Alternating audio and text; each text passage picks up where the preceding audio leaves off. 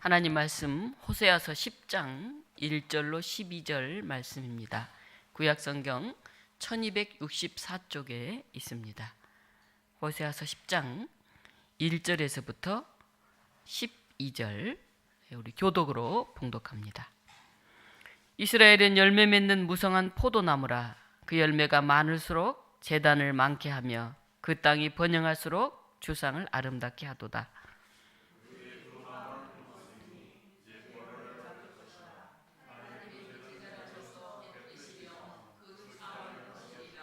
그들이 이제 이르기를 우리가 여호와를 두려워하지 아니하므로 우리에게 왕이 없거니와 왕이 우리를 위하여 무엇을 하리오 하리로다.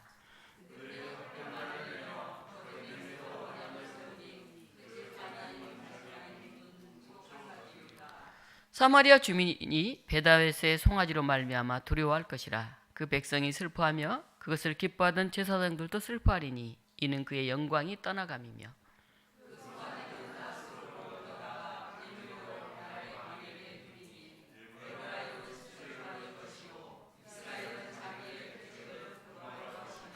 사마리아 왕은 물 위에 있는 거품같이 멸망할 것이며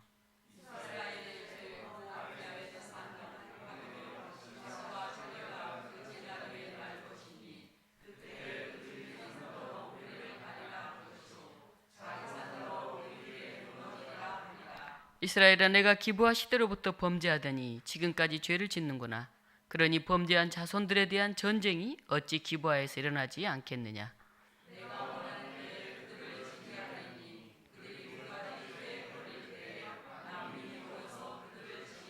에브라임은 마치 길들인 암소 같아서 곡식밟기를 좋아하나 내가 그의 아름다운 목에 멍에를 메우고 에브라임 위에 사람을 태우리니 유다가 밭을 갈고 야곱이 흙덩이를 깨뜨리리라.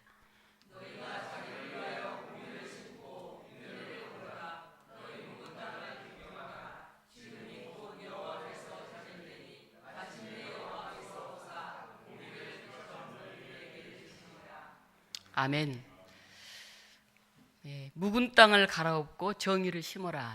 우리가 많이 외우던 그런 성구입니다. 이 제목을 주제로 삼아서 오늘 환경주일 예배를 드립니다. 저희 교회는 한 10여 년간 6월 첫째 주일을 환경주일로 지켜왔습니다.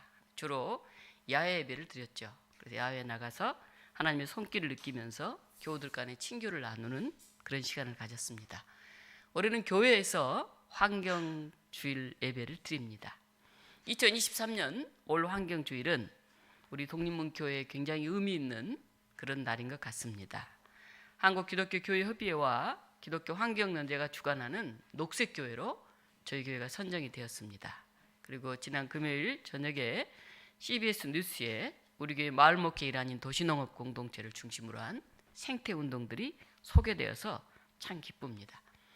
2015년도에 도시재생사업을 시작하면서 우리 마을이 도시농업 공동체를 시작했는데 벌써 8년이 되어가고 있는 것 같습니다. 최근에 이 도시농업지원센터 이름이 바뀌었어요. 종로 반려식물 클리닉센터로 이렇게 이름이 바뀌었습니다. 그래서 우리 장로님이 반려식물 클리닉센터에서 활동하고 계십니다. 우리가 반려동물이란 말은 많이 사용하는데 반려식물이란 말은 사실 아직 별로 많이 안 쓰죠. 물론 반려동물이란 말도 많이 안 쓰고 애완동물이라고 이렇게 아직도 하는 사람들이 많죠. 애완동물 하면 사랑의 자에 완구 안자예요. 그러니까 사랑스러운 장난감 이런 게 애완동물이에요. 그러니까 장난감 어떻게 합니까? 가지고 놀다 질리면 어떻게 하죠? 버리잖아요. 깨지면 어떻게 하죠? 버리잖아요. 그리고 애완동물 하면서 강아지를 키우다가 나이 들고 병들면 뭐 산에다 갖다 버리고 이런 일들이 많았죠. 그래서 애완동물이라고 하고 장난감 취급하지 말자. 우리가 인생의 동반자, 인생의 반려자라고 말하는 것처럼 반려동물이라고 하자. 그래서 우리가 한번 키우면 죽을 때까지 힘들어도 어려워도 책임지는 그런 만남을 갖자. 그래서 이제 반려동물이라고 부르게 됐죠. 근데 이제 반려식물이라고까지 부르게 됐으니 동물, 식물에 이르기까지 하나하나를 우리가 인생의 동반자적인 마음으로 그렇게 살아가자는 의미입니다. 반려식물 클리닉센터 거기 오면 뭐 여러 가지 교육도 하고 또 어떻게 잘 식물을 키울 수 있나 이런 것도 가르쳐 준다고 합니다. 한국교회가 환경주의를 제정하고 지켜온 지 40년이 됐어요. 거꾸로 말하면 한국교회 환경오염 문제가 심각해진 게 40년 전부터 이미 환경 문제가 시작되었다 하는 거죠. 1960년대에 서울을 중심으로 국가가 계획한 공단들이 막 들어서서요. 경기도 일대로 들어섰고 서울에 집들이 막 지어졌죠. 뭐 와우 아파트라든지 옥인 아파트라든지 이런 집들을 막 지어가지고 시골에서 농촌에서 싹 사람들 올라와서 여기서 이제 노동자로 살게끔 그런 산업화가 시작되었죠. 그리고 70년대에는 본격적으로 울산 창원 중에 대규모의 공업단지가 만들어졌습니다. 어떻게 됐습니까? 환경물질이 막 배출되고 공해가 시작됐죠. 그리고 농촌에서는 생산량 증대를 위해서 농약을 막 치기 시작했어요. 그래서 농약에 중독되어 죽는 사례가 발생하면서 사람들이 깜짝 놀랐어요. 아, 이거 농약이 무섭구나 하는 것을 알게 되었죠. 그동안 우리 기장 여신도회는 70년대부터 지금까지 계속 환경운동을 벌여왔어요. 계속 환경을 보호하자고. 그런데 환경 문제가 이렇게 전 지구의 문제로 등장하게 된 것은 코로나19 때문이에요. 아, 우리가 이제 뭐 자연 보호를 해도 되고 안 해도 되는 게 아니라 이제 우리가 같이 죽는구나. 자연을 제대로 보호하지 않다가는 생태계를 이렇게 파괴하다가는 이제는 그 생태계가 갈 데가 없으니까 우리를 막 공격해서 바이러스로 그래서 우리가 다 죽게 생겼구나. 아, 큰일 났다. 이제 우리가 지구 환경을 보호해야 되겠다는 자각을 하게 됐습니다. 그래서 요새는 가는 데마다 환경. 저도 마을 교사로 강의를 좀 나가는데 생태 교육 이렇게 해가지고 이 종로 안에 있는 초등학교 10군데를 이제 지난해 강의를 쭉 다녔었습니다. 눈에 보이지 않는 바이러스가 전 세계를 멈췄잖아요. 비행기를 멈췄죠. 해외여행, 사업을 위한 그런 물류 비용까지 다 멈췄죠. 해외에 거주하는 가족들도 만날 수가 없었죠. 또 명절에도 만날 수가 없었잖아요. 그리고 심지어는 병원에 입원했는데 또 요양원을 갔는데 부모를 만날 수가 없어요. 더더군다나 우리 곁을 떠난 장례를 치르는데 거기 가서 애도할 수도 없어요. 야, 이런 일이 세상에 다 일어났습니다. 전쟁 중에도 중단하지 않았던 이 대면 예배가 드리지 못하게 됐죠. 그리고 비대면 방식으로 전환하면서 와, 정말 우리 인간들이 잘못 살아왔구나 하는 것을 뼈저리게 느끼게 되었습니다. 오늘 호세아 선지자는 정의에 대해서 말합니다. 정의를 뿌리고 사랑의 열매를 거두어라. 지금은 너희가 주를 찾을 때다. 묵은 땅을 갈아엎어라. 나 주가 너희에게 정의를 비처럼 내려주겠다. 어떨 때 정의가 막 이렇게 강조될까요? 사회가 공평하지 못할 때, 불평등할 때, 그래서 사람들이 너무 힘들 때 그때 막 정의를 외치는데 호세아가 이렇게 외쳤을 때 북이스라엘은 왕이 여로보암 2세였어요. 여로보암 2세는 정치를 잘해가지고 큰 땅덩이를 차지하고 경제적으로 굉장히 부강했습니다. 포도나무 열매가 많이 열리고 제단도 많이 만들어서 하나님께 예배도 드리고 그래서 굉장히 잘 사는 시대였어요.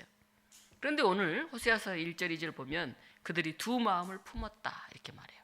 두 마음이라는 것은 겉과 속이 다른 거짓된 마음을 말하죠. 하나님을 섬기는 척 흉내만 내고 속마음은 그냥 뭐 쾌락을 즐기고 잘 살고 편하고 우상을 숭배하는 그런 것을 말합니다. 하나님의 정의에 위배됐죠. 정의는 정말 바르게 그리고 공정한 그런 도리를 지키는 것이죠. 요즘 공정이 굉장히 무서워요. 젊은이들이 조금만 불공정하다 그러면 우와 하고 막 들고 일어나죠. 제일 흥분하잖아요. 그렇다면 이 창조주를 맞이하면서 하나님이 원하시는 정의, 공정은 뭘까? 우리가 사회적, 정치적인 공정은 많이 얘기했는데 오늘날 하나님이 요구하시는 정의는 생태정의예요. 생태정의. 생태정의란 말을 잘 못 들어봤잖아요.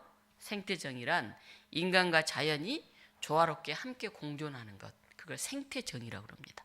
인간과 인간 사이의 정의만 있는 게 아니에요. 자연과 인간 사이에도 정의가 있어요. 오늘 멸종위기에 처한 야생동물이 너무 많아져가지고 생명 다양성이 줄어들고 있어요. 또 제가 여러분에게 사진을 한번 보여준 기억이 있는데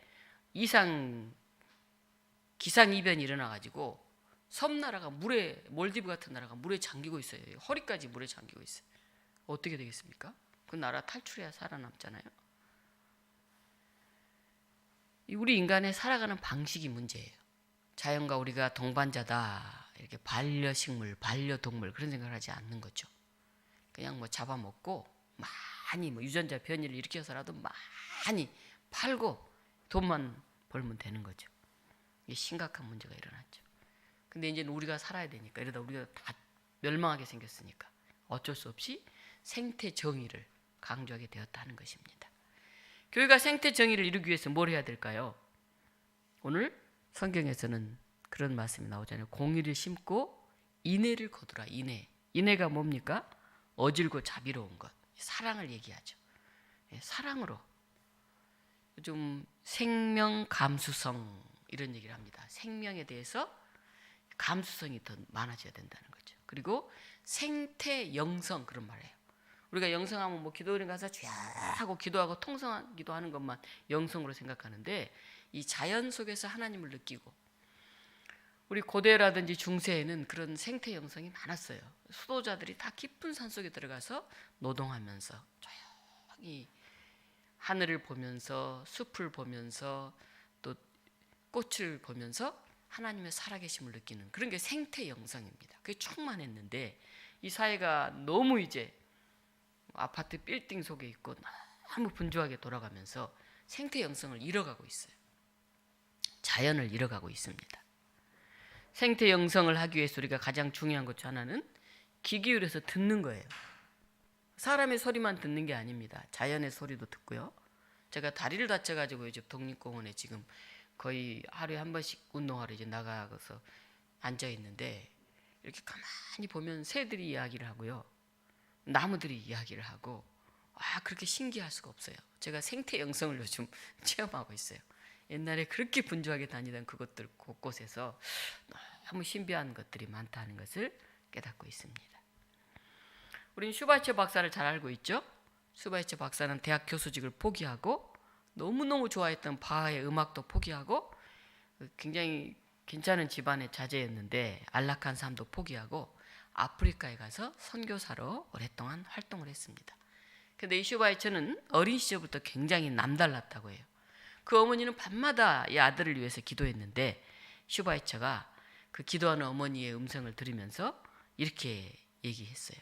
야, 나는 어머니의 기도를 이렇게 받고 이렇게 사랑을 받고 내가 자라는데 기도를 받지 못하는 인간이 아는 다른 생명체들은 참 불쌍하다.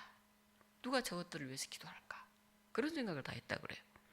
그래서 그는 숨쉬고 있는 모든 것들을 위해서 어린 나이에 그들을 축복했다고 합니다. 대단하지 않습니까?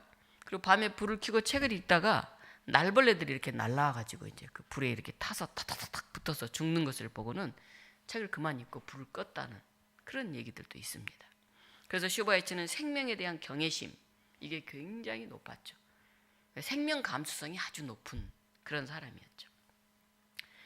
사람이 잠을 잘 못 자서 수면병 치료제를 개발되었는데, 수면병 치료제가 개발된 걸 너무 기뻐하면서도 아이고야, 이걸 개발하면서 수면병 그 균을 우리가 죽이게 됐는데 너무 안타깝다. 그 균은 왜 그렇게 죽어야 되나, 우리 인간 때문에. 그렇게 안타까워했다 그럽니다. 사람만이 아니라 아주 작은 벌레 하나, 균까지도 정말 그 생명을 사랑했던 그런 슈바이처입니다. 생명이 있는 그런 작은 것들을 존중할 수 있는 사람들이 인간도 존중할 수 있어요. 그래서 그는 결국 아프리카 오지의 사람들을 위해서 그 병을 고쳐주고 복음을 전했는데 그가 노벨 평화상을 타게 되었습니다. 그래서 슈바이처가 이제 아프리카에서 파리에 도착을 했어요. 이제 많은 기자들이 모여들었습니다. 신문 기자들이 그를 인터뷰하려고 그냥 특등석으로 갔더니 슈바이처가 없는 거예요. 1등석으로 갔는데 거기도 없어요. 2등석으로 갔는데 거기도 없어요. 기자들이 아유 이 기차를 안 탔나 보다 그러고 다 갔는데 마지막 한 명의 영국 기자가 3등석 제일 더럽고 냄새나고 이런 사람들이 타는 뭐 거의 겉뜯어 보지도 않는 그 마지막 3등석 칸에 이렇게 가보니까 거기 슈바이처 박사가 가난에 찌든 사람들 딱딱한 의자에 이렇게 타닥타닥 끼어 앉아가지고 냄새가 막 가득한 거기에 쪼그리고 앉아가지고 사람들을 진찰하고 있는 모습을 본 거예요. 기자가 깜짝 놀라. 아니 박사님 여기 계십니까? 빨리 저 앞으로 가세요. 그러니까 슈바이처 박사가 그런 얘기를 했다고 합니다. 저는 지금까지 제 도움이 필요한 그런 곳을 찾아다녔습니다. 아마 특등석이나 1등석은 제 도움이 필요한 사람이 없을 거예요.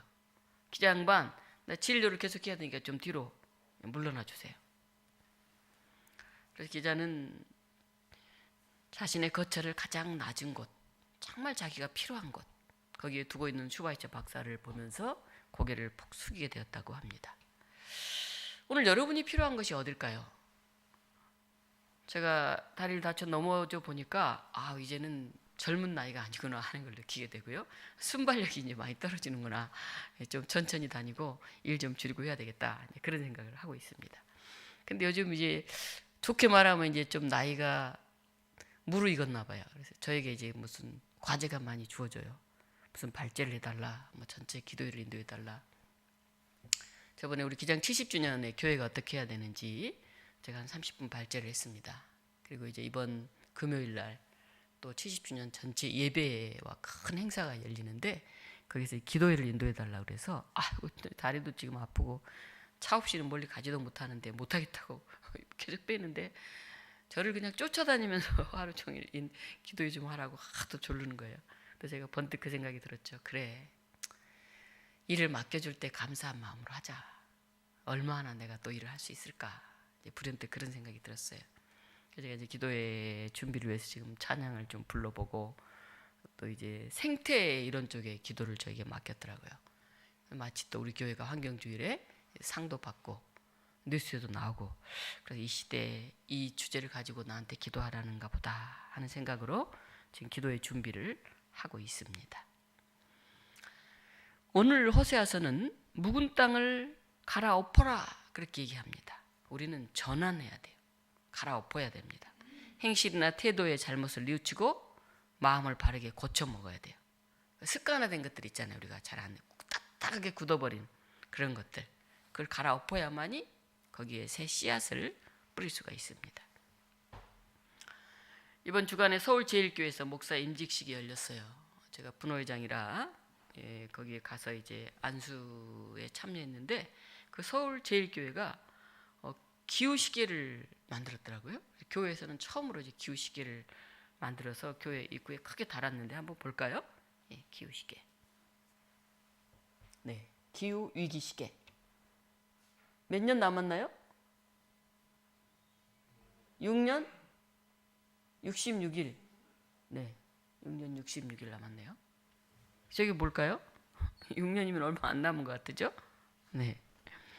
기후위기 시계는 이산화탄소 배출에 따른 지구온난화로 지구 기온이 산업화 이전보다 1.5도 상승할 때까지 남은 그 시간을 말해요. 1.5도.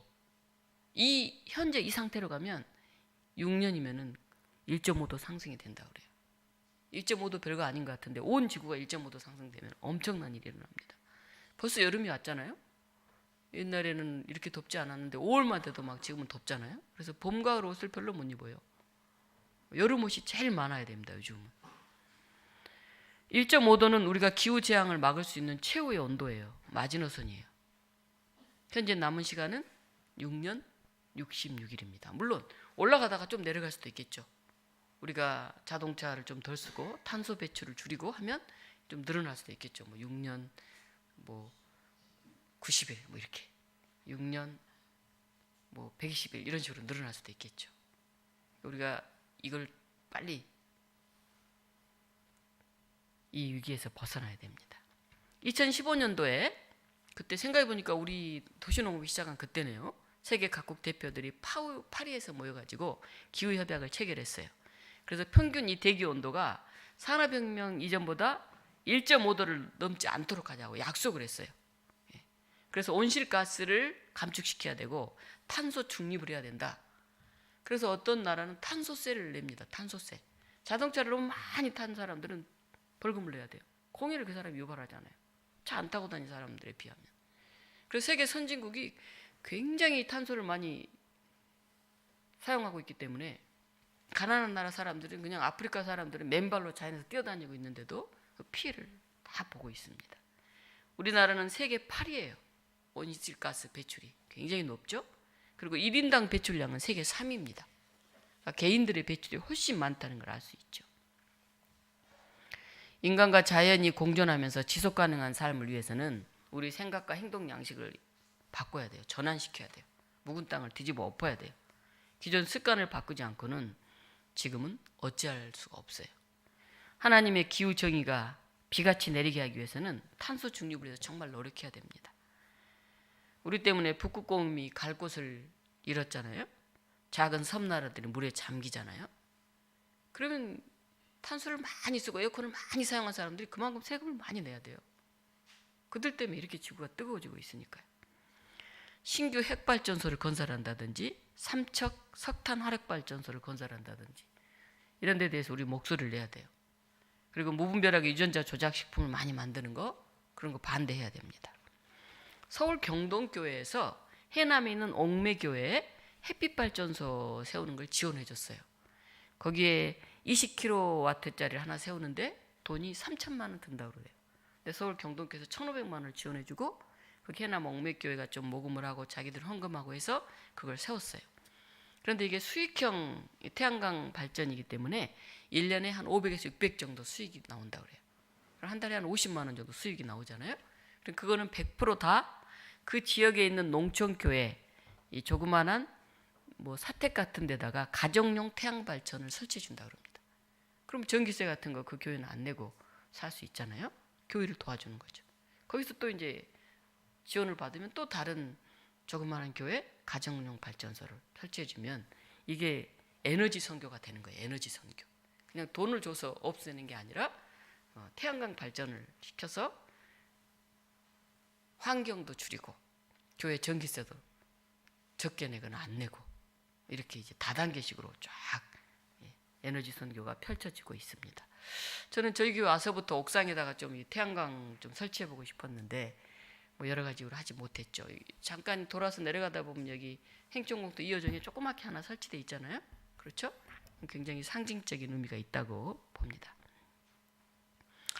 마지막으로 지금이 곧 여호와를 찾을 때다 그렇게 말합니다. 지금이 여호와를 곧 찾을 때다. 때가 있다는 거예요. 때가 지금 6년하고 저 기간이 지나서 온 지구가 기후 위기로 정말 사람이 살 수 없는 1.5도 이상이 넘어가는 그런 시대가 온다면 어떻게 될까요? 때가 있어요. 때가 기회가 있어요. 더 늦으면 안 돼요. 지금 바로 나부터 시작해야 됩니다. 제가 우리 교회에서 실천하려고 하는데 잘 안 되는데 종이컵 사용 안 하는 거 커피 마실 때 좀 불편해도 컵에다 먹고 그리고 좀 씻도록 어르신들은 뭐 다리가 아프고 정 힘드시면 이제 어쩔 수 없지만은 이제 젊은 사람들이 좀 그런 운동을 많이 하면 좋겠어요. 텀블러를 가지고 다니고 계속 제가 생각을 하는데 지금 실천을 잘 못하고 있는데요. 뭐 종이컵 하나 쓴다고 뭐가 달라지나 그렇게 생각하면 안 돼요. 아주 작은 것부터 시작을 해야 됩니다.